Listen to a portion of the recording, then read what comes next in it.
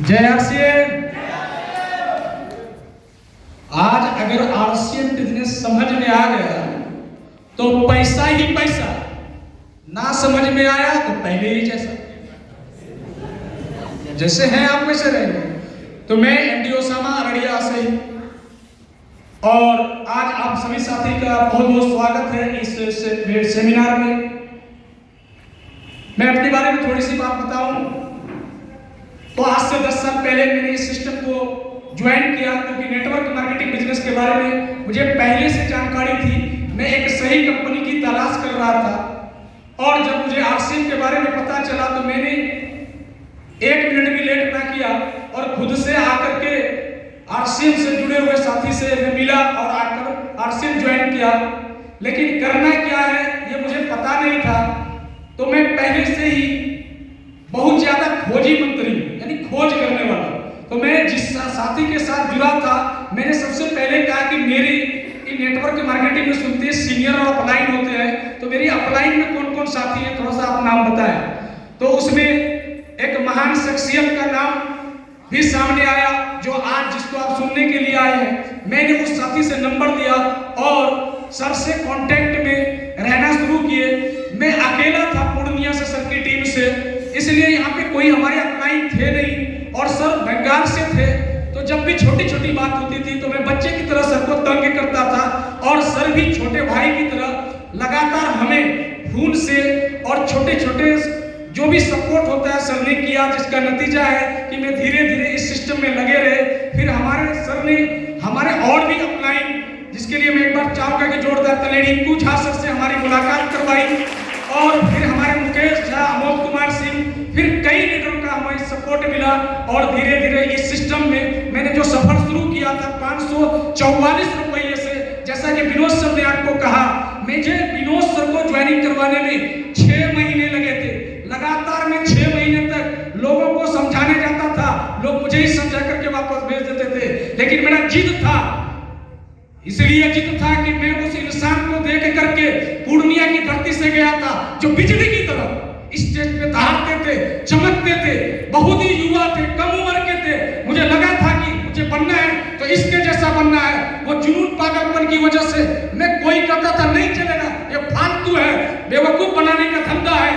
लेकिन मैं हार नहीं माना, लगे रहने का नतीजा है कि पहला शख्स के रूप में हमारे विनोद सर आए, फिर मेरे छोटे भाई साजमा जी आए, और इस तरीके से कारोबार आगे चलता चला। 544 से सफर स्टार्ट किया, हाईएस्ट इनकम 90,000 तक पहुंचा। अगर टोटल इनकम की बात की जाए तो 62 लाख प्लस की इनकम मैंने इससे अचीव किया, इनकम लिया।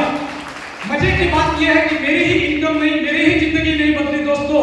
मेरे साथ साथ आज के डेट में हमारी टीम में रॉयल्टी टेक्निकल मिला के कुछ 42 लोग हैं जिनकी इनकम 20,000 से लेकर के लगभग 60,000 रुपये महीने तक की है। तो मुझे गर्व है इस बात पर कि मैंने अपने जीवन में परिवर्तन लाया ही लाया। लेकिन अगर मेरी वजह से 5 लोगों की भी जिंदगी बदल गई तो ये मैं अपने आप को बहुत बहुत भाग्यशाली मानता हूँ। और मैं उस इंसान का जो इस युग में, मैं उसको महात्मा से कम नहीं मानता, मसीहा से कम नहीं मानता, जिन्होंने इस प्लेटफॉर्म को हम लोगों के बीच लाने का काम किया। और जहां पे सरकार विफल हो रही है, वहां पे अगर एक इंसान आकर के हम जैसे युवाओं को अपने सपना पूरा करने का एक मौका दिया, तो ऐसे महान शख्सियत के लिए एक बार जोरदार ताली मिस्टर त्रिलोकचंद छाबड़ा।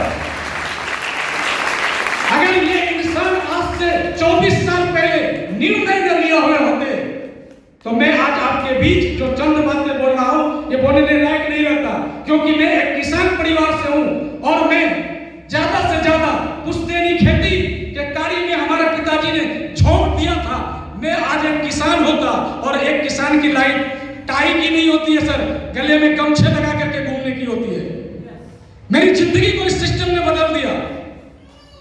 लेकिन इसमें जिसका सबसे बड़ा भूमिका कहते हैं कि इस सिस्टम में अगर आपको सफल होना है तो एक गुरु को चुन लो। अगर कहते रात है तो रात है, कहे दिन है तो दिन है। हमारे गुरु हमें कहते थे शुरुआती समय में, मैं उस समय में कुंवारा था, सर बोले शादी तब तक नहीं करना है समाधि जब तक रॉयल्टी ना आ जाए। और सर की बातों पर हमने गांठ बांध लिया कि जब तक रॉयल्टी नहीं तब तक शादी नहीं, और वही हुआ जो उसके चक्कर में 32 साल की उम्र में शादी किया था। और वो किसी और के कहने पे नहीं सर, जिसको आप सुनने के लिए आए हैं उन्होंने कह दिया। तो अपलाइन कहते हैं कि अपलाइन जो कहे है ना उसको हमको मान के चलना चाहिए। किंतु परंतु लोग जो भी लगाते हैं वो इस सिस्टम से बाहर चले जाते हैं। तो आज जिस इंसान को आप सुनने के लिए आए हैं उनकी कहानी उन्हीं की जुबानी, लेकिन जहां तक मुझे सर के बारे में थोड़ी सी जानकारी मिली, 4 लड़के खेल रहे थे मैदान में, एक शख्स आता है और खेलने वाले खिलाड़ियों को बल्लातों को बुला करके आरसीएम जैसे महान सिस्टम के बारे में बताया। समझ में तो चारों को आ गया। घर जाने के बाद उसमें से कुछ लड़के ने निर्णय लिया और निर्णय लेकर के कि मुझे इस बिजनेस को ज्वाइन करना है, लेकिन ज्वाइन करने के लिए एक नए उम्र के लोगों को उस समय में 1500 रुपया लगता था। 1500 रुपया कहां से आएगा? पिताजी से मांगेंगे, और स्टूडेंट है तो पिताजी नाराज हो जाएंगे कि तू पढ़ाई करेगा फिर ये आलतू फालतू कार्य करेगा। तो उस इंसान ने अपना इस सिस्टम को में आने के लिए, क्योंकि उसको क्या ऐसा दिख गया था वो तो मुझे पता नहीं, लेकिन उन्होंने अपना सीडी प्लेयर को बेच करके 1500 रुपया इकट्ठा किए और इस बिजनेस को ज्वाइन किए। ज्वाइनिंग करने के बाद लगातार इसमें पागलपन के साथ, दीवानगी के साथ काम करते चले गए और छोटी सी शुरुआत की और धीरे धीरे सबसे कम उम्र के पूरे हिंदुस्तान के अगर वो कोई अचीवर है तो वो सफायर अचीवर मिस्टर आनंद मिश्रा सर। आज सर के पास वो सब कुछ है जो एक सफल इंसान को चाहिए। तो क्या तैयार है